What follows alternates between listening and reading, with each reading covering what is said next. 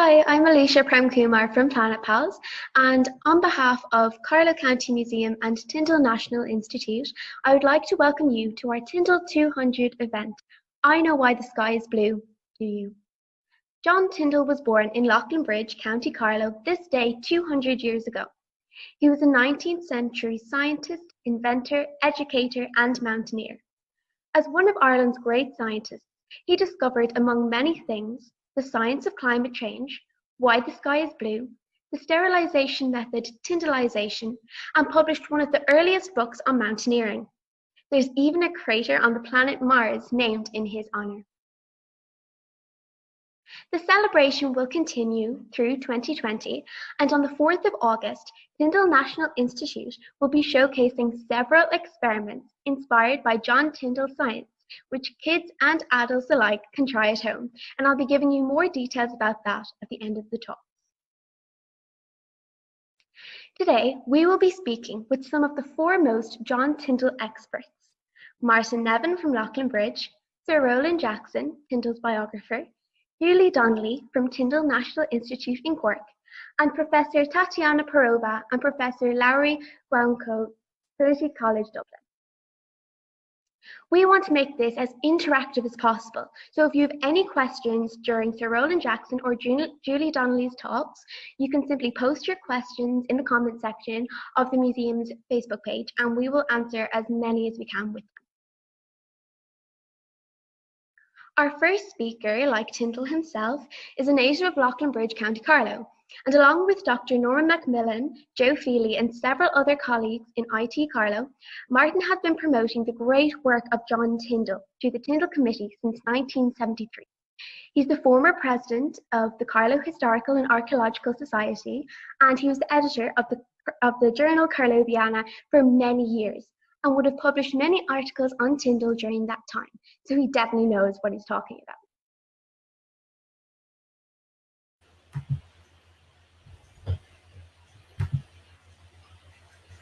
Coincidentally, in 1973, it was the International Astronomical Union, the IAU, were given the name Tyndall to a crater on Mars. A number of lecturers at Carlow Regional College, now the Institute of Technology, were coming together, along with scientists from the Agricultural Institute at Oak Park, to establish what became known as the Tyndall Garden Committee. In naming it the Tyndall Garden Committee, the members were very conscious of the need to keep a balance. Tyndall being a staunch unionist and Dargan a strong nationalist. Both were local men and very little was known about them. However, early research work led to the erection of a plaque to mark Tyndall's birthplace in Main Street, Bridge, denoting him as a scientist, educationalist, controversialist, and mountaineer. Soon afterwards, a plaque was unveiled on Balnabrana School, indicating his attendance there from 1837 to 1839. Among other major projects undertaken, Tyndall members, together with a number of Tyndall experts, developed a biography, John Tyndall, Essays of a Natural Philosopher. It was published by the Royal Dublin Society in 1981. And here it is important to say, this book has been the reference text ever since and has helped to restore John Tyndall to his rightful place as an early scientist and one of Ireland's most distinguished sons. In 1993, the committee, in conjunction with Carlow County Council, ran the Tyndall Centenary, which inspired and left an indelible legacy on his birthplace and perhaps the world. As a direct result of that conference, Tyndall Centre for Climate Change has locations in the following universities: East Anglia, Manchester, Southampton, Sussex, Oxford, and Newcastle on Tyne. Tyndall was born in Bridge, County Carlow, on the 2nd of August 1820, and as he said himself, under a modest Irish roof. Tyndalls were descendants of small farmers who crossed over from Gloucestershire towards the end of the 17th century. His father, a sometime shoe repairer and agent for the local landlord, joined the Royal Irish Constabulary on its formation. Young Tyndall first attended school in Lochlanbridge and continued to do so, even though being 6 kilometres distant in the village of Norney on the transfer and promotion of his father to the rank of sergeant. After a 5-year spell in Norney, he was again transferred, this time to Castle Bellingham in County Carlow, before returning to Lochlanbridge in 1836. Amid strong religious controversy, John Tyndall Sr., a staunch Orangeman, sent his 2 children, John and Emmet, to school in Ballinabrana, a Catholic school 6 kilometres away. The teacher there was John Conwell, a man of the Catholic persuasion also. Now, the local Protestant minister was highly annoyed at this and confronted John Tyndall Sr., to which he retorted, "Reverend Sir, if Conwell taught upon the altar steps of the Catholic Church, I would send my son to him, as I have no doubt that he will receive from Conwell a sound secular education that will fit him for life."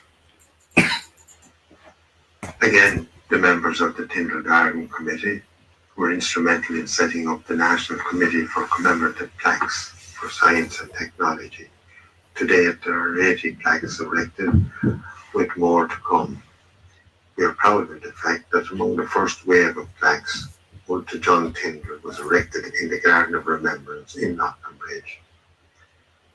The National School in Ballinabrana was originally established by Bishop Doyle, James of Kildare and Loughlin, better known as JKL, whose extended evidence to the Educational Westminster Inquiry of 1831 was crucial in establishing the national school system in Ireland. According to my good friend and Tyndall expert, Dr. Norman Macmillan, this school, established 2 years later in 1833, was a prototype design for these schools, subsequently established throughout the British Dominion. Although built and furnished to accommodate 100 pupils, 9 years later there were 261 on the register in Ballinabrana. John Conwell, 1802 to 1880, was the first teacher appointed to this school, where he taught from 1833 to 1847. According to Tom Hurst, a very close friend of John Tyndall, while over in Ireland for an interview in Cork, made it part of his return itinerary to visit Lochlanbridge and meet this John Conwell that he had heard so much about from Tyndall. He found him to be, and I quote, "a cadaverous-looking, thin-faced man with a felt hat on and a green patch over his left eye, a thorough schoolmaster, full of quotations which he delivered mouthily and looked importance itself, reminiscent of Goldsmith's village schoolmaster." However, despite his appearance, he provided a strong vocational education for his pupils, delivering a practical understanding of mathematics, accountancy, surveying, English, and English literature. According to Tyndall himself, it was in that very classroom that the foundation for his greatness was laid. In later life, he was quick to admit that there were a number of students in that very classroom capable of going every bit as far as he did. But it wasn't all classroom work. The route taken by John Tyndall and his sister Emma to Ballinabrana School was along the River Barrow towpath, which takes you to within a short distance of the school in Ballinabrana. There is evidence of this in his diaries, where he mentions passing over the 3 arches on his way to meet with Conwell. The 3 arches are characteristic of the towpath along tributaries to enter the River Barrow. John Conwell, his teacher, lived about midway between Ballybranner and Loughlin Bridge and about 300 metres in from the river towpath. In the evening, on the way home, accompanied by his teacher, they worked out geometrical problems on the soft surface of the towpath. Tyndall never forgot the debt he owed to John Conwell and kept up correspondence with him while he lived, sending him a copy of each of his books. In correspondence of January 1841, the following stanza proves that Tyndall was one of his admired students, even at the age far beyond national school level. In youth my scholar and in age my friend, our love dear Tyndall, but with life shall end. Though severed now by intervening years, our souls and wishes join in sweet embrace. On leaving school, he went to work in Carlow. However, it's important to recall here how the young Tyndall acquired his first job with the Ordnance Survey. This comes from the diary of Michael Nolan, a deskmate of Tyndall's in school in Loughlin Bridge, and whose family were basket weavers, barrel makers, etc. One day, Tyndall and myself stepped out of the boat on the Little Barrow River and unloaded a cargo of willow wands, or sallies, of which baskets are woven. A party of English surveyors accosted us and demanded the use of our boat, a demand we hotly resisted. In the course of the altercation, reference was made to a certain delicate surveying instrument, which was necessary to send back to Dublin for repair. Tyndall repaired it, with the result that the news was carried that night to Dublin Castle and the inquiry made, which resulted in a substantial interest in the lad's development. The rest is history. Nolan also writes that at that time, Tyndall's precocity with ingenuity were the talk of the countryside. Over a period of 3 years, the records show that he did notable work around Loughlin Bridge and then in County Cork towns of Youghal and Kinsale, where he was recognised as an accomplished practical surveyor and draftsman. An interesting little story about him sending home money to his mother. After a month's work, he had saved £1, which he sent home as a present to his mother, cutting it in 2 halves and sending each portion at different times, ensuring its safety in the post. As the Irish survey came to an end, Tyndall and a few others were chosen in 1842 to transfer to the English survey. And so began what he called his stiffest climb, his ascent from the banks of the Barrow to the banks of the Thames. It's a great tribute to this man from Loughlin Bridge that so much has been given his name, the Tyndall effect, Tyndall scattering, Tyndallization, to name but a few. Many glaciers throughout the world bear his name. Tyndall Glacier, southern Chile, Tyndall Glacier in the Rocky Mountains, Colorado, USA, Tyndall Glacier, Antigua, New Zealand, and Tyndall Glacier on the slopes of the Elias Mountains, Alaska, USA. Likewise, there are many areas associated with his name. Rio Tyndall, Patagonia, Chile, Tyndall Denkmal, Valley, Switzerland. He is honoured by having 3 towns in the world called after him: Tyndall in Ohio, USA, Tyndall in Dakota, USA, and Tyndall in Manitoba, Canada. A crater on Mars bears his name also.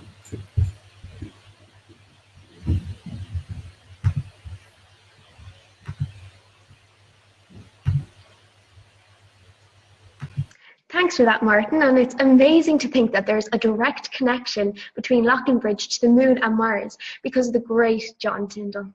If you get the opportunity to do the walk like Tyndall did from Loughlin Bridge to Milford, and imagine him and Conwell solving mathematical equations by marking them in the clay of the Barrow track. Our next speaker is Sir Roland Jackson, a visiting fellow of the Royal Institution London, where Tyndall also spent most of his career. He was head of museum at the Science Museum and was chief executive of the British Science Association. Tyndall was its president in 1874. Roland is a keen mountaineer and has ascended many of the same peaks as Tyndall himself. Roland is also a general editor of the Tyndall Correspondence, and in 2018 he published the first biography of John Tyndall since 1945, which was published in paperback this week. It's a great privilege to be here talking to you today, and I'm only sorry that I can't be with you in person. Imagine it's about 160 years ago, in fact February in 1860, and picture a slight man of medium height with light brown hair and grey-blue eyes and an air of restless, nervous energy enter the hallowed portals of the Athenaeum Club in London. John Tyndall, for it is of course he, in his late 30s, was just been elected. He was proposed by Sir Roderick Murchison, the Director General of the British Geological Survey and Director of the Royal School of Mines, and seconded by Thomas Bell, the surgeon, zoologist and Vice President of the Royal Society. It was already a remarkable rise into society, that almost all his important work was still before him.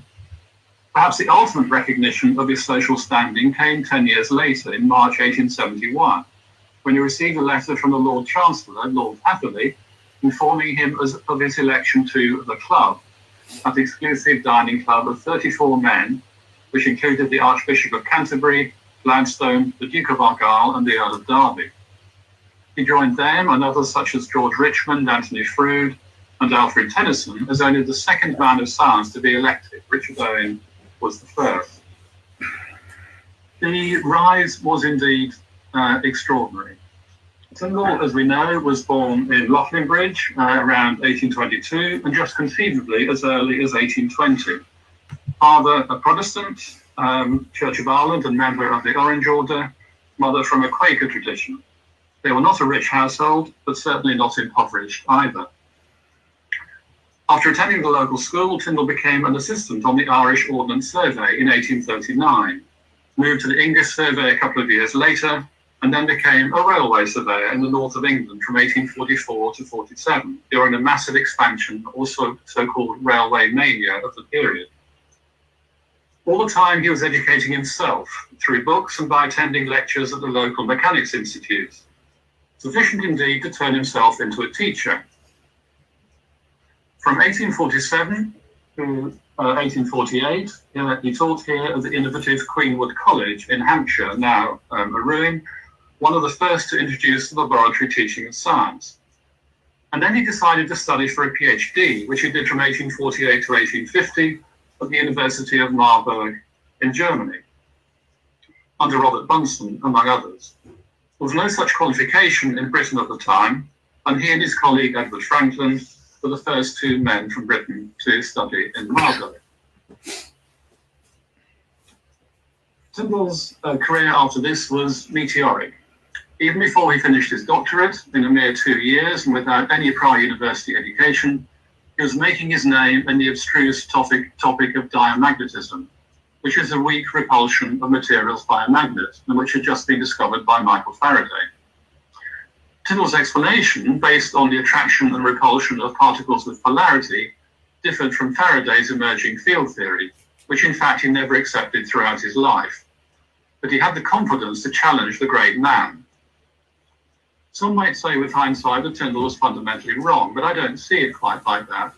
Science can offer different, valid ways of explaining and modelling the same phenomena, and both Tyndall's and Faraday's approaches are explanatory and quantitatively predictive. This work on magnetism brought him to the notice of Edward Sabine, Treasurer of the Royal Society, who ensured his election as a Fellow of the Royal Society, still Britain's premier scientific body, in 1852.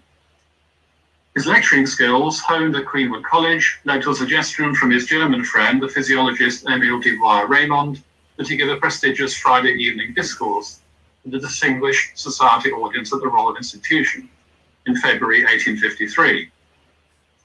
Even on the dry and challenging topic of diamagnetism, it was an outstanding success. Tyndall was appointed Professor of Natural Philosophy almost immediately under Michael Faraday himself, and remained at the Royal Institution until he retired in 1887. Indeed, he took over as superintendent of the laboratory in 1867 on Faraday's death.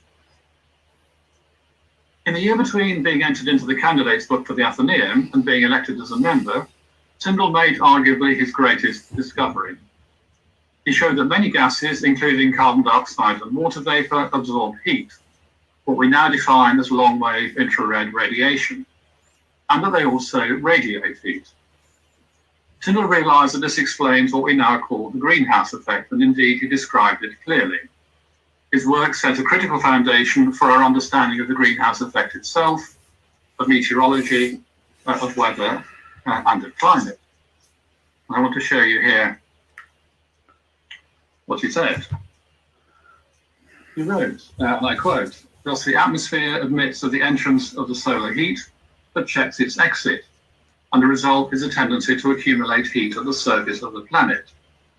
And he continued, "If, as the above experiments indicate, the chief influence be exercised by aqueous vapor, every variation of this constituent must produce a change of climate. Similar remarks would apply to the carbonic acid, that is, carbon dioxide, diffused through the air. Such changes may in fact have produced all the mutations of climate which the researches of geologists reveal." I should add here that the first person to make the possible connection between carbon dioxide and water vapor in the atmosphere and climate change was an American woman, Eunice Foote, a few years earlier in 1856. She didn't, however, detect or explain the greenhouse effect. It's a complicated and controversial story, but I don't have time to go into it here, and it seems likely that Tyndall was not aware of her work. One of the aspects that stands out in Tyndall's work is the relationship between his explorations in a natural environment and in a laboratory. He took inspiration from the glaciers they explored, from the mountain landscape and weather, from the clouds and atmosphere. And with great experimental skill, to my mind, he was one of the outstanding experimentalists of his generation. He probed the underlying physics in his laboratory. He was also a superb mountaineer, making the first ascent of the Weisshorn, here in the middle of the picture, one of the highest and most beautiful peaks in the Alps, and the first traverse of the Matterhorn, peeping out just behind it, up the Italian ridge and down the Swiss. And here's the Matterhorn from the top of the Breithorn. Tyndall climbs up the left-hand ridge, the Italian ridge, and down the right. The breadth of his work is astonishing, and I don't for a moment suggest that you should read this slide in detail, simply experience, if you like, its range and the connectedness of his science. It ranges through magnetism, glacier structure and motion, the absorption and radiation of heat by gases, light scattering and light-induced chemical reactions, the transmission of sound in the atmosphere, and even the germ theory and disproof of the idea of spontaneous generation of life, in which he worked closely with Louis Pasteur. He was the first person to give a clear explanation of why the sky is blue, in terms of the preferential scattering of blue light, and the scattering of light from colloids is called the Tyndall effect to this day. This discovery led him to the wonderful image, "We live in the sky, not under it. Scattering is happening all around us," a phrase that seems to have occurred to him in making an ascent of the Alatschorn in the Bernese Overland, seen here in this picture. Many other things are named after him: the Tyndall Centre for Climate Research, the Peak Tyndall on the Matterhorn, which he reached in 1862, the highest point attained until the triumph and tragedy of Whymper's ascent in 1865, Mount Tyndall in the Sierra Nevada and Tasmania, several glaciers, and craters on the Moon and Mars. And then there is the Tyndall National Institute in Cork, specialising in electronics and photonics. This last one is interesting. For many years, despite an Irish accent, and perhaps particularly as a result of his vitriolic anti-Catholicism and opposition to Gladstone's Home Rule policy, his legacy was largely ignored in Ireland. Like George Stokes and others, born in Ireland but making careers in Britain, he was not really considered Irish in some respects, and was not properly reclaimed as Irish until relatively recently, and thanks, of course, to the efforts of many people in and around Carlow. Yet he had extensive interactions with Ireland throughout his life, supporting his extended family financially. Indeed, it seemed to expand the richer he became. visiting the scientific meetings and walking holidays, and working for many years as scientific advisor to the Board of Trade on lighthouses, including those around the coast of Ireland. Like Faraday, whose positions he effectively inherited, he had a parallel career as a scientific advisor to government. He became, especially after Faraday's death, and the timing is perhaps not coincidental, one of the most visible public intellectuals of his age. At the Royal Institution, he was an outstanding lecturer to that high society audience, and a writer of popular but by no means simple science books. Inside the Royal Institution, he kept to scientific matters. But outside, it was a very different affair. His was one of the loudest voices, alongside his friend Thomas Huxley, in advocating a scientific explanation for the natural world and for life itself, a scientific naturalism. In this, religion and theology had no place. It was not their domain. To appropriate Stephen Jay Gould's term, they were non-overlapping magisteria. For him, the miracles claimed by believers were a nonsense. The natural world ran on natural laws. It would be, he said, as great a miracle to suspend the gravity of a straw as to extinguish the force which holds the solar system together. It was the same for him with prayer. There was no point praying for natural laws to be suspended, for example, for the population to be protected from cholera. Prayer for Tyndall had a different inward function. I should add that in publishing these controversial views, Tyndall wrote always as from the Athenaeum, not from the scientific body of the Royal Institution. He gave his starkest statement of his position in this famous and indeed notorious Belfast Address as president of the British Association meeting there in 1874. In the Ulster Hall, before a huge crowd, he thundered, "We claim and we shall wrest from theology the entire domain of cosmological theory. All schemes and systems which thus infringe upon the domain of science must, insofar as they do this, submit to its control and relinquish all thought of controlling it." He went on with a striking statement about the nature of matter. "By necessity engendered and justified by science, I cross the boundary of the experimental evidence and discern in that matter which we, in our ignorance of its latent powers, and notwithstanding our professed reverence for its creator, have hitherto covered with opprobrium the promise and potency of all terrestrial life." So for Tyndall, life is an emergent property of matter in complex forms. Life is inherent and potential in matter and matter alone. He left us with this wonderful image. Life is a wave which in no two consecutive moments of its existence is composed of the same particles. Think about yourself at this moment. You are still you, but you do not consist of exactly the same particles as you did when you started listening to me. This image is an example of what Tyndall described and promoted as the scientific imagination, the power of the ability to picture unseen entities that nevertheless must be there to explain what we actually is.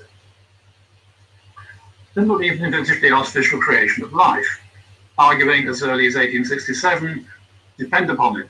If a chemist, by bringing the proper materials together in a retort or crucible, could make a baby, he would do it. There is no law, moral or physical, forbidding him to do it. I have to say, I still don't understand why that statement did not cause a major public uproar at the time. But he was not an atheist, despite many claiming that he was. Though he started out as a regular Church of Ireland Protestant, he lost his faith in his early 20s and is probably best characterized as a pantheist. He certainly believed in some ultimate power and mystery. And though he absolutely believed in the physical reality of atoms and molecules, with their attractions and repulsions underpinning and sufficient to explain living processes, he wrote that matter is, at bottom, essentially mystical and transcendental. And in a further statement, inspired by his traverse of the Matterhorn in 1868, he wrote, "Did that formless fog contain potentially the sadness with which I viewed the Matterhorn? Did the thought which now ran back to it simply return to its primeval home?" In other words, is consciousness inherent in matter? Did Tyndall effectively believe in panpsychism? Consciousness intrigued him, as it still does us all. he saw it as a manifestation of the brain operating under physical processes.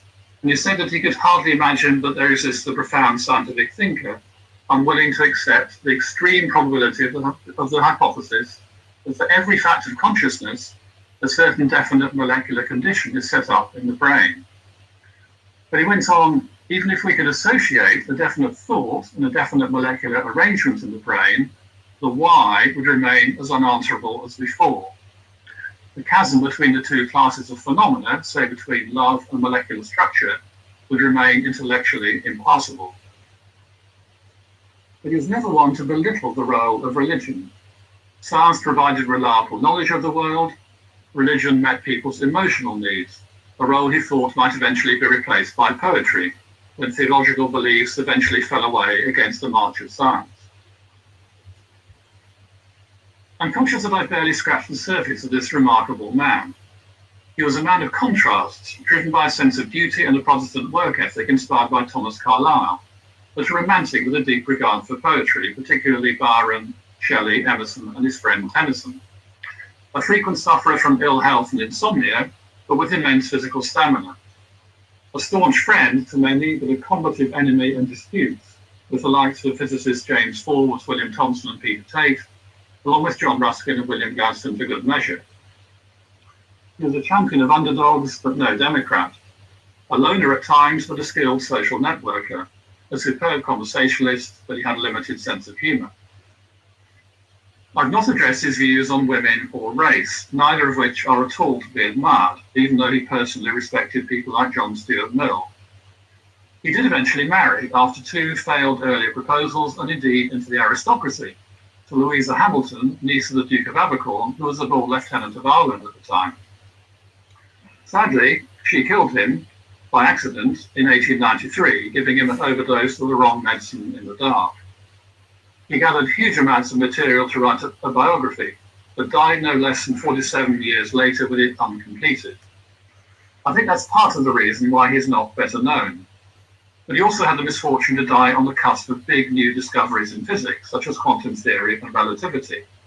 So in a sense, he represented the past. He was also an experimentalist, if a preeminent one, and is of the theoreticians who tend to get the limelight in physics. Well, I want to finish with one of Tyndall's poems, indeed his last and best known. And as I should say in passing, I'm glad to be able to say that all Tyndall's extant poetry, some 76 poems, will be published with an extensive introduction in October. Anyway, this last poem, written initially in 1881, up on his alpine mountain home, and inspired by his friend and formative influence Thomas Carlyle, included these lines, inspired, I think, by Emerson's poem, The Redorer. Whence the craft which shook these gentian atoms into form, and dyed them with an azure deeper far than that of heaven itself on days serene? What built these marigolds? What clothed these knolls with fiery bilberries? What gave the heath its purple blossoms and the rose its glow? Ah, weary head, the answer is abroad, buzzing through all the atmosphere of mind.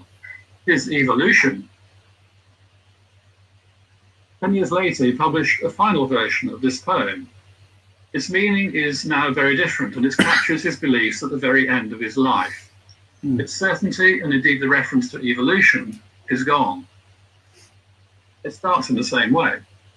Whence the craft which shook these gentian atoms into form, and dyed the flower with azure deeper far than that of heaven itself on days serene? What built these marigolds? What clothed these knolls with fiery whortle leaves? What gave the heath its purple bloom, the alpine rose its glow? But it now continues. Show us the power which fills each tuft of grass with sentient forms, the art transcending thought, which paints against the canvas of the eye those crests sublime, and then transmutes the picture into worship. Science dumb. O babbling Gnostic, cease to beat the air. We yearn and grope and guess, but cannot know. That, I think, is a suitable place to end with the final words of Tyndall's final poem, indeed his final book. And I thank you for listening. Should you by any chance wish to read more, the paperback version of my biography of Tyndall was published by Oxford University Press a couple of weeks ago, and his complete poetry will be published by UCL Press in October. So with that, happy birthday to John, and thank you again for listening.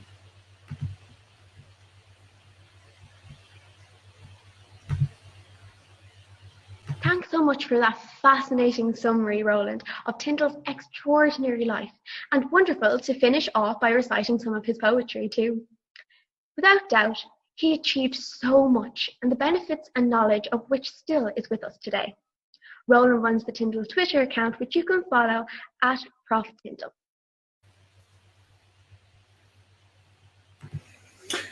And you're very, very welcome. We have Sir Roland Jackson with us live this afternoon. Hello, Sir Roland.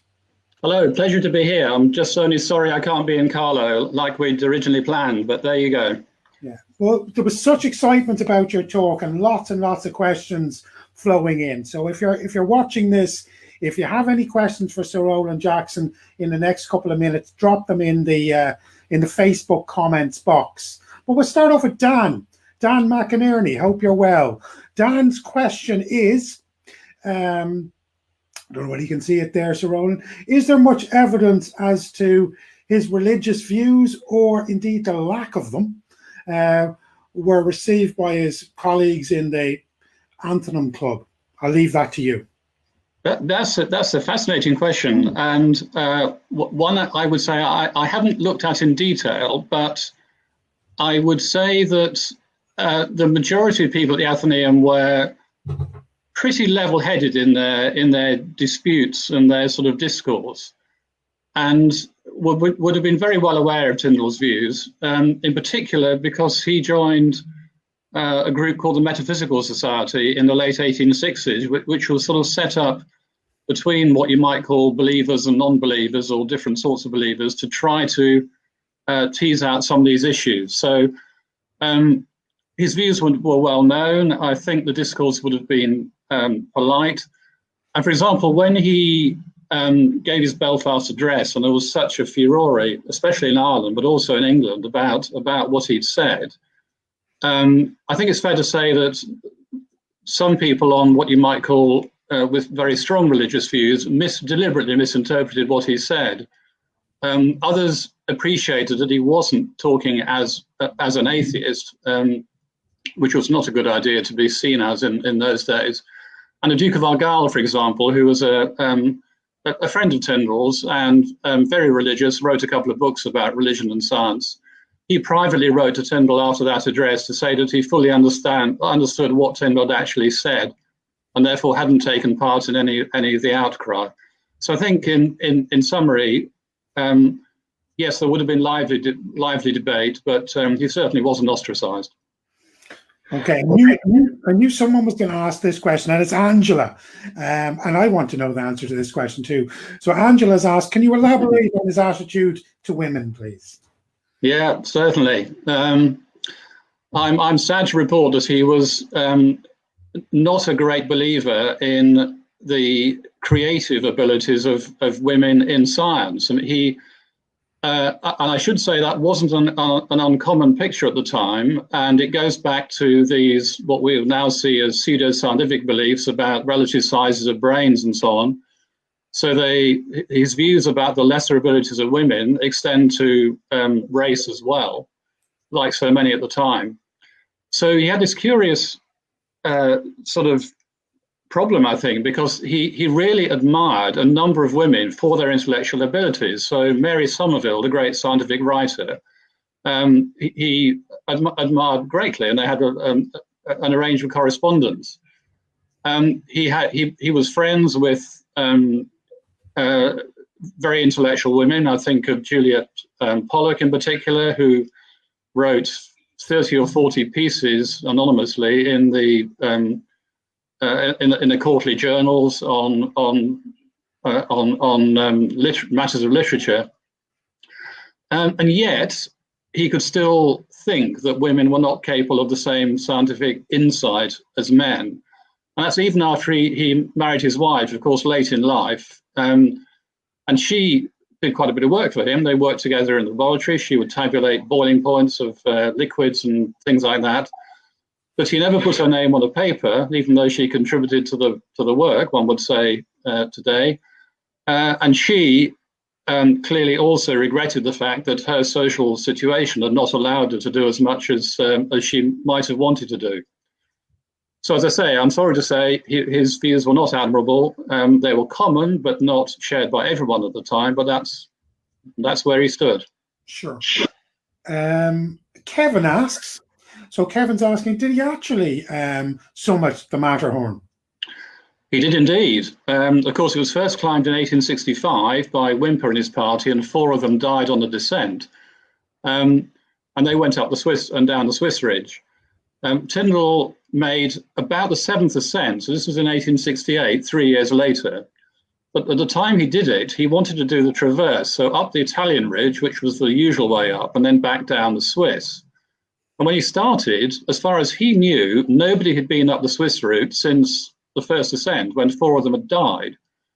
But he reasoned that since 3 of them had got down alive, it must be possible to get down alive.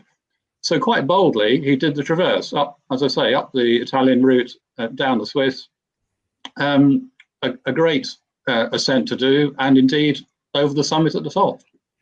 Flying in the questions. Neve, hello Neve. What role did Tyndall play in education in schools, such as laboratory practice? Right, yeah. That's an interesting one, because he had, of course, taught at Queenwood School and had very much the idea that one should teach science experimentally. That's both by teaching through demonstration and allowing students to follow their own creative ideas. So he was quite a radical, and gave a talk in 1854, was one of a series at the Royal Institution, where he espoused these sort of aims. He was a governor of Harrow's School for a long time, and tried at that time to reform the curriculum to bring more science into it and more practical teaching of science. He didn't, unlike some of his contemporaries, specifically write science textbooks for pupils. He did do some lecturing to training science teachers at the South Kensington Museum, but he wasn't committed like Huxley to science education per se in a practical way. Indirectly, I would say he had a great impact, and also through his Christmas lectures and through his accessible science books, he clearly inspired a lot of young people into science. Super. And then we have Rob. What's the connection with Tyndall and Louis Pasteur? A long and interesting one. At some point, although I wrote quite a bit about them in the Ascent of John Tyndall, I'd like to explore more actually about what they did. But they came into contact at the time when people were criticizing some of Pasteur's work, and when some medics were claiming that disease could arise spontaneously from decaying matter. This is, in other words, instead of having germs, if you like, as a seed of a disease. And Tyndall thought that it would be a very bad thing for medical practice if people did not understand that germs do exist, and hence that one should take a germ theory approach to understanding and treating disease. So as he said, if you have typhoid emerging, it comes from the germ of typhoid. It doesn't just arise spontaneously, and that would be like any other aspect of any other living organism. So he worked with Pasteur over quite a long period of time. Their letters to and from between Paris and London coordinate their activities. So Pasteur was attacking people in Paris and Tyndall was attacking them in London. And basically they operated a pincer movement with a lot of other people to dismiss the views of the people advocating spontaneous generation. Quick question is, were John Tyndall's parents connected to science in any way? Not as far as I'm aware. We know very little about his mother. Actually, we don't know that much about either of them, although Martin Nevin may be able to say a bit more. But his father was well read and had a decent collection of books, but not particularly in science, no. Okay. Interesting. And then were most of John Tyndall's experiments connected with the study of light? Not most of them, no. I would say that was one particular phase that he went through when he realized that he could cause chemical reactions by using light. And of course, when he discovered light scattering from molecules and other particles and created his artificial clouds, he extended that actually to the theory of comets. So he came up with a theory of cometary behavior based on his theories of light and heat absorption. So it was a part of his work for a handful of years, but that was it. Okay. Just to wrap up, finally, for all John Tyndall achieved, why do we think he isn't better known? Well, as I said, I think partly because, unlike so many of his contemporaries, he had no life and letters written for him soon after his death. I mean, people like Darwin, Huxley, and others all had big books written about them in the decade or so after they died. Tyndall didn't. And as I said as well, I think his physics was seen, certainly in the 20th century, as a bit old school. It was pre-relativity, pre-quantum theory. He was an experimentalist, and I think it's the theoreticians who tend to get remembered in physics. And sadly, Louisa, desperate to sort of preserve his memory, preserved it for herself until it all ended up in the Royal Institution. And we're now, of course, able to read what he wrote, read her drafts as well of what she wrote for the biography, and come up with our modern interpretations of his life. Brilliant. So, John, thank you so much for joining us today. Really, really fascinating stuff. Thank you so much. Thank you. Our next speaker is Julie Donnelly, Head of Infrastructure Access Programs at Tyndall National Institute. She joined in 1985 as its first engineer, and over the years has coordinated many research projects. Through her work, she has helped the Tyndall Institute to build a global network which shares knowledge, resources, and infrastructure access. Julie will enlighten us as to how John Tyndall's 19th century research is inspiring the work of her and her colleagues in Tyndall National Institute today.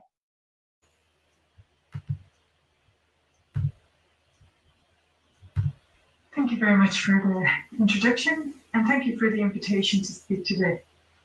I'll just share my screen here and have some slides on the legacy of John Tyndall and how it associates with us at Tyndall in Cork. My name, as you heard, is Julie Donnelly, and I look after access programs at Tyndall. So I'd like to begin maybe just explaining a little bit about us. So we were founded in 1982. We were originally called the NMRC. And we're in an old building that also happens to be 200 years old, right in the heart of Cork City. And when we were started, we were only 40 staff. And now we have expanded over the years. And we are now, since 2004, called the Tyndall National Institute. And we are here right in downtown Cork, as I said, right beside the Mercy Hospital. And we have plans for a major expansion to double in size by the year 2025, where we also hope to have a new building across the river. So I hope you keep an ear out for Tyndall National Institute over the next few years as you hear about our exciting plans to expand and double our numbers and double our impact. So what do we do at Tyndall? Well, we have two main research strands. The first one is in micro and nanosystems research. And this is research where we really look at how we can operate electronics at the micro and nano scale. When we talk about micro, we're talking about 1/1,000,000th the size of a meter. So if my hair, the diameter of my hair is in the order of 60 microns, you can imagine how tiny our devices are. And we also operate at the nano level, and nanometers is 1/1,000,000th of a meter, so you can see how absolutely tiny our devices are. Our second big research stream then is in photonics. And this would be an area that would be probably of more interest even to electronics to John Tyndall, because it is all about the manipulation of light in an area that he is most famous for. And we have a large photonics centre where we have people working on all aspects of light, the electronics side and also the application side. And we're underpinned at Tyndall with a group called the Specialty Products and Services Group. And what they do is they look after all of the infrastructure that we have, because we've about 50 labs at Tyndall working on all the various aspects of research. And they also develop and work on the product side with our commercial team to translate our research into devices that can be used for applications outside of the research space.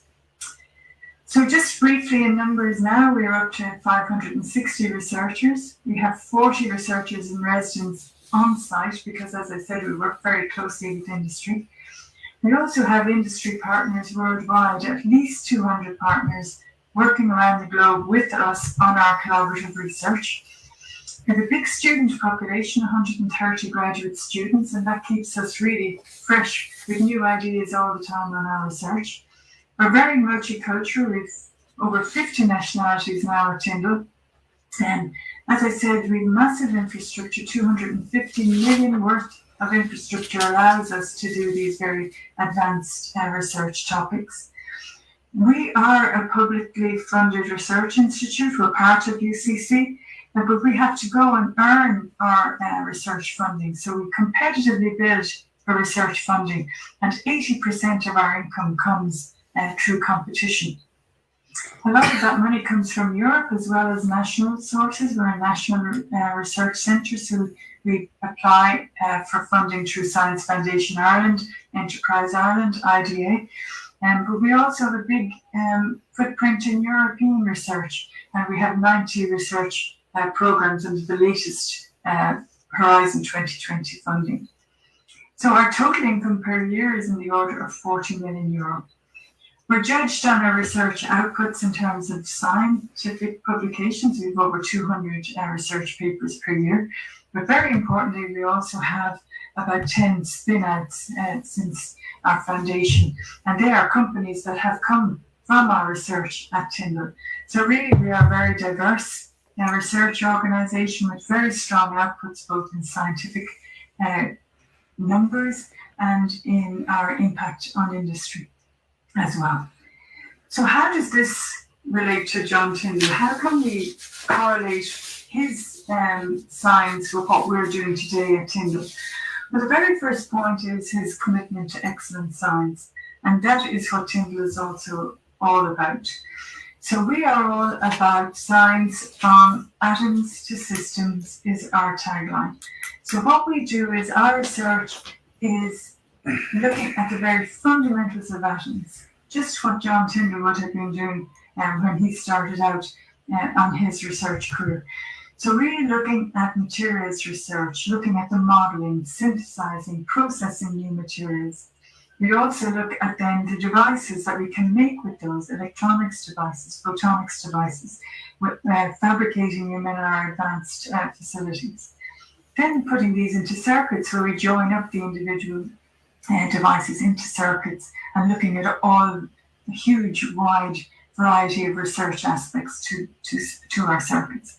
And then systems, can we integrate everything together to make something that can work then in the real world, and making smart sensors or optical communication platforms, for example.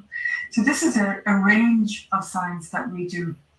And really, I think that ties us into John Tyndall's other real passion, which was how do you demonstrate all this excellent science? So we understand it, we can model it, we can make it, but how do we demonstrate that those ideas really work and have scientific value? Well, we do that all the time, because part of what we consider our strengths is the fact that we can make devices and prove then that they can work in the scenarios that we initially just work out on paper or on our computer simulations.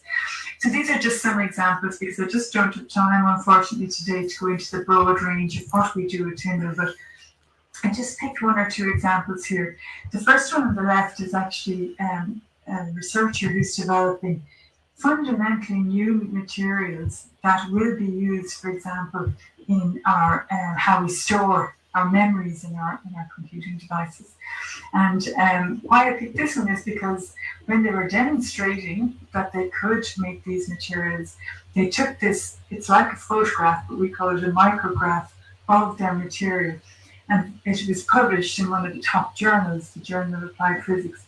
And why I picked it is that they used the name Tyndall to show, to demonstrate that their materials work. And I would not think that 200 years ago, when Tyndall was born, he would have ever expected his name would be in lights in such a prestigious journal. Or maybe he would. We also work at the nanoscale, and these are examples of nanowires that are built and at Tyndall and made into devices that are sub 20 nanometer scale. So we have that capability at Tyndall. We also have a capability, and we're world leading in the production of light from our quantum dot devices. And that demonstration that we can actually generate photons is one of the reasons why we are positioning Ireland and Tyndall at the forefront of the new revolution, which is not back from microelectronics that we saw in the last 20 to 40 years, but the future is in quantum, and we, through our demonstration, will be able to lead the way on the next revolution. I think John Tyndall will be hugely impressed with this and would love to see this happening for photonics. The other thing that John Tyndall was really interested in was not just excellent science or demonstrating it, but also on the applications then, so that we could improve people's lives and use our scientific abilities to do this. And we are hugely concentrated on applications right across from agri-tech and food security, where we use our sensors for clean water and to monitor the soil and make sure that there's no contamination there for clean food, and also security of that food as it makes its journey all the way from farm to fork. In life sciences, we have a massive team working on the health and applications, not just the researchers in Tyndall, but working directly with the clinicians so that we can quickly move our sensors and our new research out into being used in medical applications. Our micro and macro energy, of course, the green economy is so important now. And we have groups again working on looking at, minimizing the energy that's used, replacing batteries with gathering the energy from the ambient, from vibration, from heat, from solar, so that we can actually avoid using batteries and really make everything much more sustainable for long haul. And then, of course, continued information and communications technology so that our internet works faster, our phones can store more, we can take pictures and have more meetings like this across the internet. And I think if John Tyndall was around today, he would just be, really in awe of the work that is going on in photonics in terms of all these activities across displays and lighting, medical devices. We have students, our PhD students are over working with the surgeons to put photonics devices right on the surgical instruments, and they're able to detect immediately what is the nature of the tissue that they're working on. Has it cancer cells or not? There and then, right part of the operation. And the analysis that we know now today is so important is all based on photonics devices. The other aspect of John Tyndall's life was teaching. And at Tyndall, not only are we at the forefront of research, at the forefront of application spaces and working with industry, but fundamentally we teach science to the next generation. And these are just some of our students.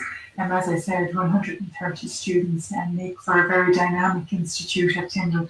And I could just imagine John Tyndall would be there and engaging on a daily basis with our students. And they also come from all over the world. And these are some of our summer interns that come usually every summer to Tyndall and take away the most amazing and exciting stories from their time with us.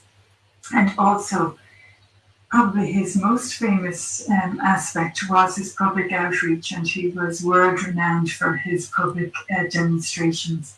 And that's something at Tyndall that's really important to us. So we do a lot of public outreach. We engage, for example, in culture night, but we also have schools in all the time. We go out to people. And this picture here is of some of our TY students that come in and really engage with us for a week, where they can spend time with our researchers. So just treading in the footsteps of Tyndall's love and passion for public outreach.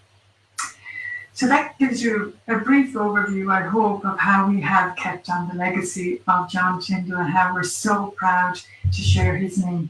And I'd like to really thank you for this opportunity, and to thank Dermot for all that he has done to keep the legacy, not just of the science, but also of the scientists.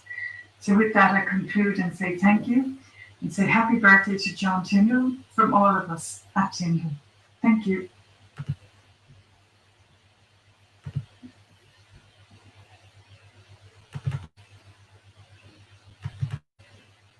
Thank you so much, Julie, for your talk, and it's great to see how John's research is relevant today and is inspiring so many new developments and discoveries too. Best wishes with the expansion plans as well, and if you want to know more about Julie and Tyndall National Institute, you can follow them on Twitter at Tyndall Institute. And with a bit of luck now, we have Julie Donnelly. Let's see whether we can bring Julie in here. Julie, can you hear us? I can. Thank you very much. And thank you so much for the invitation. It's been an amazing hour listening to that extraordinary lecture. Thank you. Great. So any questions for Julie? Put them in the Facebook comments box. My first question for you, though, Julie, is not that I'm looking for a job or to study, but what qualifications do I need to study in the Tyndall National Institute? Well, the good news is that we have a huge range of opportunities for people to come and join us at Tyndall. So we have over 500 researchers, and about 130 of those are doing PhDs. So if you're a graduate of science, of maths, chemistry, any materials or engineering, there's always a place for you. We're always recruiting, we're doubling in size. So generally, anything in the sciences, any graduate or senior scientists beyond PhD, you're more than welcome. We have loads of opportunities for you. Okay, fantastic. So you've heard it here first. Niamh, another great question. So let's so Niamh talks about the human memory devices you're working on. Can you expand on them, please? Human memory. Well, we're working on advanced memory devices. So these would all be within the chips that we make. So one of the problems with anyone when we're making chips, or from your phone as well, we always want more storage and want more memory.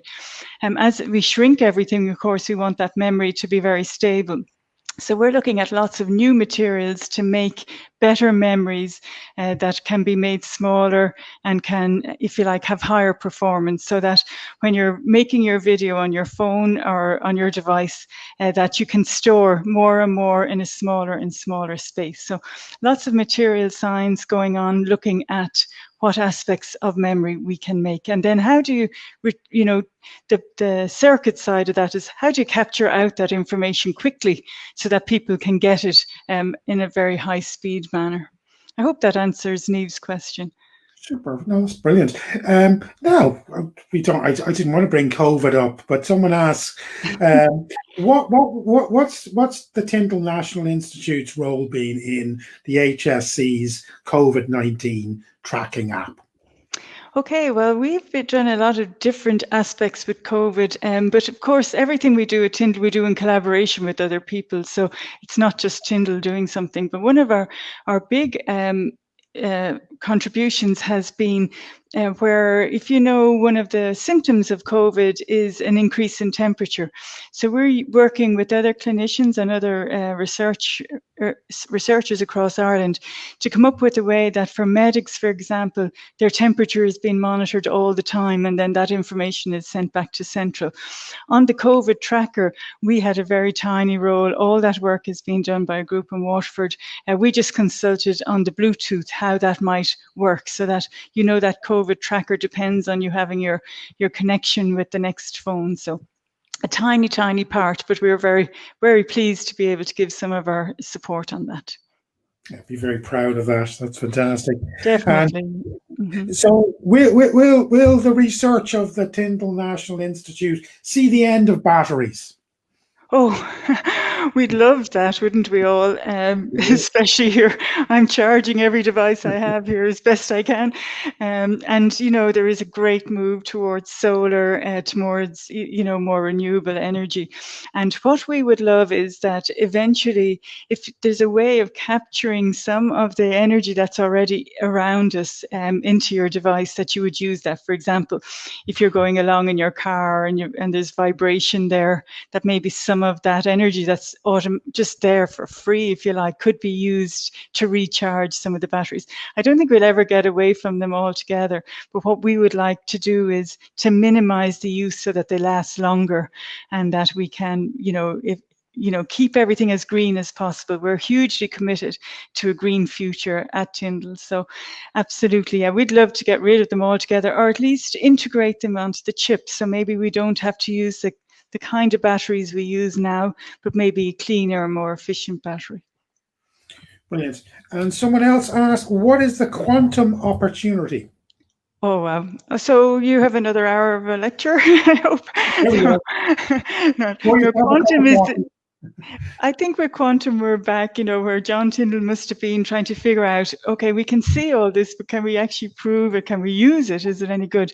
So what quantum is all about is really that instead of just having all ones and noughts that we have in our normal digital world at the moment, with quantum, we have a chance, instead of just operating between those two on and off states, to operate in multiple states and not just do one thing at a time, but operate at many different things at the same time. So instead of it taking maybe 100 years for a supercomputer, we could actually use our quantum computers to calculate something in minutes instead of years, or even maybe can never be done. So the quantum opportunity for Ireland then is the opportunity quantum opportunity means that we can do something better with quantum than we can do with classic. But the opportunity for Ireland is that we have some of the best researchers in this field at Tyndall and in other universities in Ireland, and in Trinity and in UCD, UCC, all working together. And what we think we can do is we can put Ireland to the front of that. So we'll be at the front of the quantum revolution as it comes, and work with other companies are starting this already. This isn't just all on paper. But how can we really make it work, and how can we bring quantum computing in as we have with classic computing? Okay, wow, that's fantastic. And this is just me being nosy here. You said your building is 200 years old. Yes. What was it used for before it turned into the Tyndall National Institute? Well, we're very lucky in a sense that our building is an old building. So it's like going into the TARDIS. It looks really old on the outside, but when you go inside, we've taken all the inside out, and we have the most amazing labs and fabs, and it's all state of the art. But before we moved in, it started its life as a mill, a grain mill, and then it became a brewery. And then they had a maltings for whiskey. So we think there's still some whiskey fumes in our old walls. At least that's what we tell ourselves late at night. Is there something going on here? So we're really proud of our building. We love the fact that it's 200 years old, and yet it has we've just purchased the most state-of-the-art, up-to-date equipment and placed it within that setting. So yeah, we love our building. We're really, really, really proud of it. Julie Donnelly from the Tyndall Institute, thank you so much for joining us. Fascinating lecture. I'm going to take a risk now. I'm going to see whether Sir Roland is still around, because there was one question in, Sir Roland. I want to throw up because it seems like a nice question to ask. This was from Kevin Higgins. So Kevin Higgins had wanted to know what was Tyndall's influence on mountaineering in Britain and Ireland, if any. Oh, well, give my regards to Kevin, and so if he's listening, hello, Kevin. I don't really know about Ireland, to be honest. It's not an area I've researched, so I'd really like to know a bit more about that. In terms of Britain, I mean, he was clearly regarded as one of the leading mountaineers of the time. He probably would have been the first president of the Alpine Club, which was formed in 1857, had he wanted to be. In fact, he didn't join until about a year or so later. And again, actually might have become president a few years after that, had he not had a big dispute with people about the theory of glacier structure and motion, and offended some of the people in the club. Although actually he didn't particularly enjoy the Alpine Club dinners, not compared to dining at the Royal Society and so on. So he was not as keen with the Alpine movers and shakers as he was with the scientists, I think. But certainly in the UK, yes, he had a major impact, and his book in 1871 was that's Hours of Exercise in the Alps, was widely read, but of course came out at the same time as Whymper's book, and I think Whymper, having done the first ascent of the Matterhorn, rather stole his thunder. But nevertheless, definitely an impact. Fascinating. So now on to our final two speakers of this afternoon. And we have Alicia with an introduction. We will now hear from Trinity College Dublin about how they are incorporating into their research a spectrometer developed by Dr. Norman Macmillan of IT Carlow, which is based on John Tyndall's 19th century research. Professor Tatiana Perova from the School of Engineering and Professor Lowry Guonko, School of Chemistry, will explain all.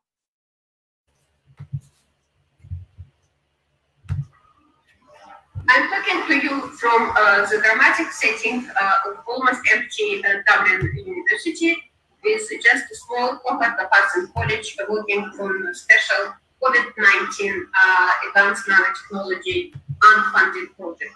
I would like to talk about our recent collaborative research between schools of chemistry and engineering at TCD and two companies based in Ireland and the UK. These companies are the Carlow registered fund and the Star Scientific based in Essex. Dr. Norman Macmillan is the CEO of ANT, and he is well known to you in Carlow, who is an inventor and the leading Tyndall campaigner for the last 50 years. The ANT team, Dr. Martina O'Neill, Dr. Stan Riddle, Dr. John Nolan, and Mr. James Kearney are all IT Carlow people. Dr. Douglas Macmillan, IT Company Secretary, is also an IT Carlow postgraduate. The patented anti-Raman flipper uniquely flips the pipetted droplet sample pressed on the measurement's head by the so-called Laplace pressure force. This is more than 50 gravities for droplets on the instrument disposable sample star. The droplet cannot fall off and will safely encapsulate any virus being tested and then disposed of. I just will simply demonstrate how it's actually works. So this is what I'm talking about, the flipper head. With micropipette, the drop of liquid can be placed, small drop of liquid can be placed on the head, and then the head flip over. So, and as I mentioned, the small droplet of liquid will not fall off, and it will be kept by tension forces during full measurements. So the TCD and ANT's Raman.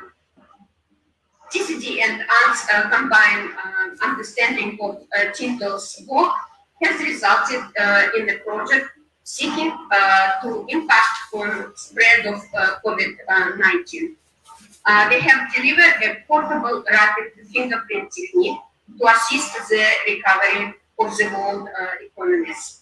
The main goal of this project is the use of our TCD functionalized multimodal nanoparticles combined with the unique features of the Untitled Drop laboratory to enable the earliest, fastest, and safest detection of COVID-19 related species.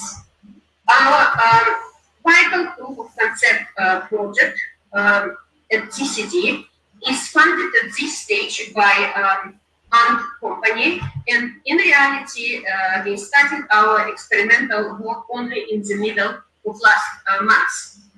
The purpose is to demonstrate the applicability of Ant paper instrument, which is this small device, for fast fingerprinting of biomolecule in ultra-low molecular concentration in aqueous solution.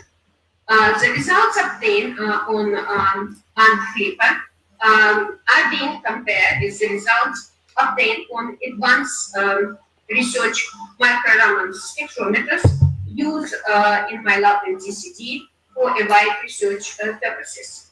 We have here two such instruments. I will just show you quickly. This is one of those, which is cost $500,000, and then this is the second one, which cost 150,000 euros. But also, as you can see, that this equipment required special environmental conditions, but also anti-vibrational tables. And as you saw, it's occupied a huge space in the lab. Our project includes material preparation work, which is carried out in the lab of organic chemistry, headed by Professor Yuri Kunko, and spectroscopic analysis, which is done in my lab. Professor Bunko will later after me say a few words about the chemistry part of this research work. The spectroscopy measurements of high quality will be delivered by economically priced Raman fever spectrometer.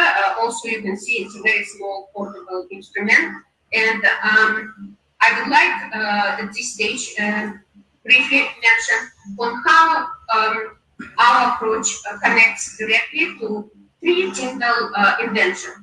First of all, one of the main area of Tyndall experimental research was interaction of light with gases, vapors, and particles in his studies of absorption and emission of the component of our atmosphere. These measurements were on atoms, molecules, and suspended matter. In this area, Tyndall can be regarded as the father of infrared spectroscopy. Infrared spectroscopy, along with ultraviolet visible spectroscopy, are nowadays the main analytical tool for materials testing. Ant has developed patented nanodrop spectrometers for both ultraviolet visible and Raman. A complementary tool to infrared spectroscopy is inelastic scattering of monochromatic or laser light, which called Raman spectroscopy. The latter effect was discovered by Indian scientists Raman and Krishna in 1928. Nevertheless, Tyndall long before had comprehensively described in the first experimental study the elastic scattering of light by small particles. Such scattering is properly referred to as Tyndall-Rayleigh elastic scattering. In addition to that, Tyndall also demonstrated the existence of inelastic scattering of light, and importantly here to mention that he was working with the Cambridge-based Sligo man, George Gabriel Stokes, who have discovered the stops and shift in Raman spectra. Tyndall called what is today called the anti-Stokes Raman scattering colorescence. So both these shifts are required for Raman infrared analysis. Finally, the main point of connection to Tyndall is that Raman flipper instrument is using droplet samples and tensiocytes. Tyndall investigated the drop of liquid in clouds and elsewhere. His work inspired the most important work of Lord Rayleigh. Professor Yuri Gunko, whose nanomaterials are the key technology here in his COVID-19 proof of concept study, and myself are really delighted to be developing and extending Tyndall and Carlow invention. At this very time, you are coming together to celebrate Tyndall's bicentenary. I would like to personally to thank organizing committee of Tyndall bicentennial event for the opportunity to present my short talk and demonstration. Thank you very much. It was a bit croaky there in the labs in Trinity there, so apology for the sound, but hopefully you found some interest there. We get now to the very, very last speaker of the day, and it's Laurie, also from Trinity College, Dublin. Hello, I'm Professor Yuri Gunko from the School of Chemistry in Trinity College, Dublin, and my research area is colloidal chemistry and nanotechnology. And we also developing all these areas for potential biomedical applications. As you know, John Tyndall has made a significant contribution to colloidal chemistry by introducing his optical techniques for measuring the particles in various media. Of course, all these methods based on his original idea of light scattering by the particles, so-called Tyndall effect. And now all these areas, of course, very, very important, and we are widely using particle scattering of the light by the particles for measuring the particles in nanotechnology, in biotechnology, in environmental science, and in chemistry. In our laboratory, we developed a range of multimodal materials which could be potentially used for detection of various pathogenic species, including bacteria and viruses. We call these materials multimodal because they combine several modalities, like, for example, plasmonic, magnetic, light emitting, conducting in one entity, in one nanomaterial. So in addition, these materials can also be functionalized with specific biomarkers, for example, antibodies, and then these functionalized materials can be used for specific targeted biomedical applications. The collaboration with the INT and the use of this INT spectrometer opened up unique opportunities to use our nanomaterials for potential rapid detection of coronavirus. As you know, COVID-19 pandemic has revealed a significant lack of access to effective and rapid diagnostic testing. And currently, while we're all waiting for vaccine to arrive, testing is probably the most important thing which you can do to prevent the virus from any further spreading. In addition, rapid on-the-spot testing could also address our current economic and back-to-work problems. Therefore, the main aim of our research is to develop new lab-in-a-drop screening platform, which is based on use of our multimodal nanomaterials, and also the lab-in-a-drop flip instrument. And we expect that this instrument gives a lot of advantages. So as you see, it's compact, fully portable. It can be operated from a fume cupboard to limit exposure to any toxic or biohazardous materials. Most importantly, it can operate in a point of care settings. For example, it can be easily transported to any place, any school, any university. university, any factory, any train station, any airport to perform testing and diagnostic on the spot. The use of new multimodal magnetic plasmonic nanomaterials should allow for virus samples to be very quickly isolated and concentrated, while plasmonic modality of our particles would enable to greatly enhance the Raman signal and detect specific biomolecules and specific pathogens. So this technique should be cost-effective, fast, and simple, and could be used definitely for virus screening and on-spot diagnostic to solve the current COVID-19 pandemic problems.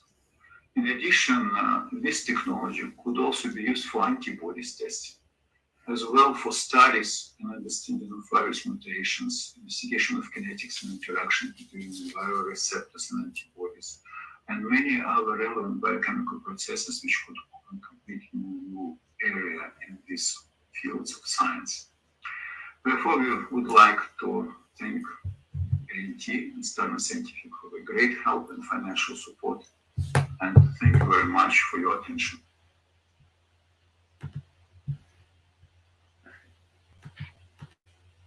Thank you, Professors Perova and Goenko, for those great insights, and of course to Dr. Norman Macmillan for his endeavours to promote Tyndall and his work for the last 50 years.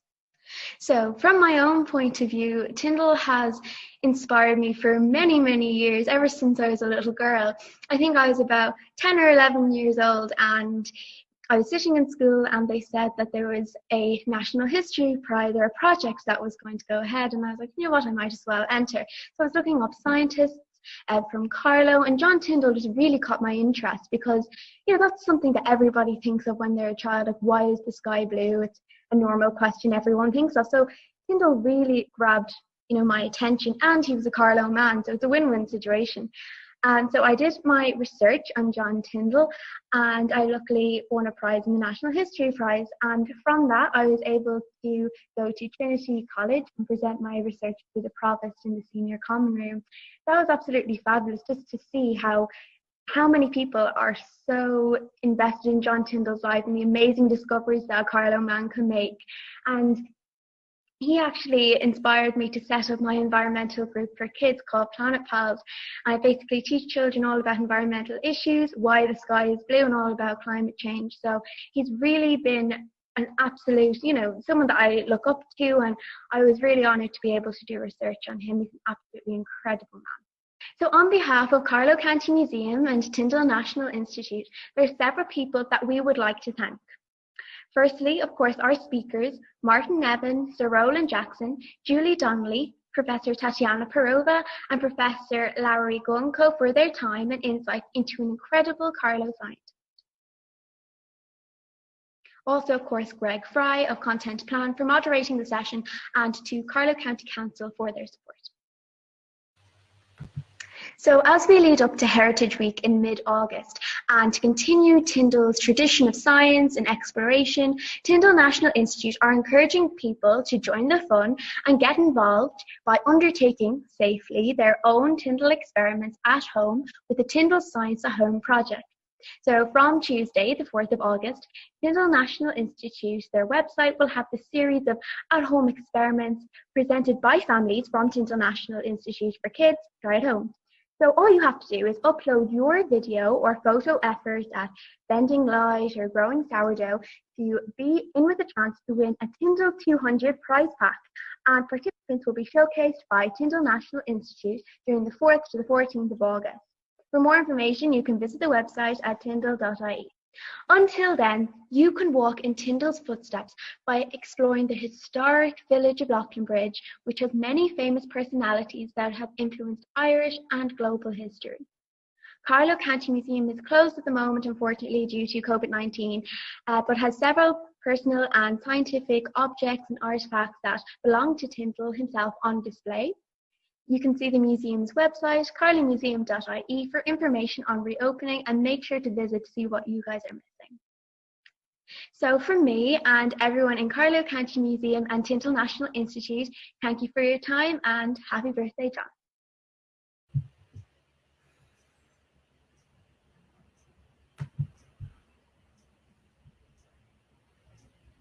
you.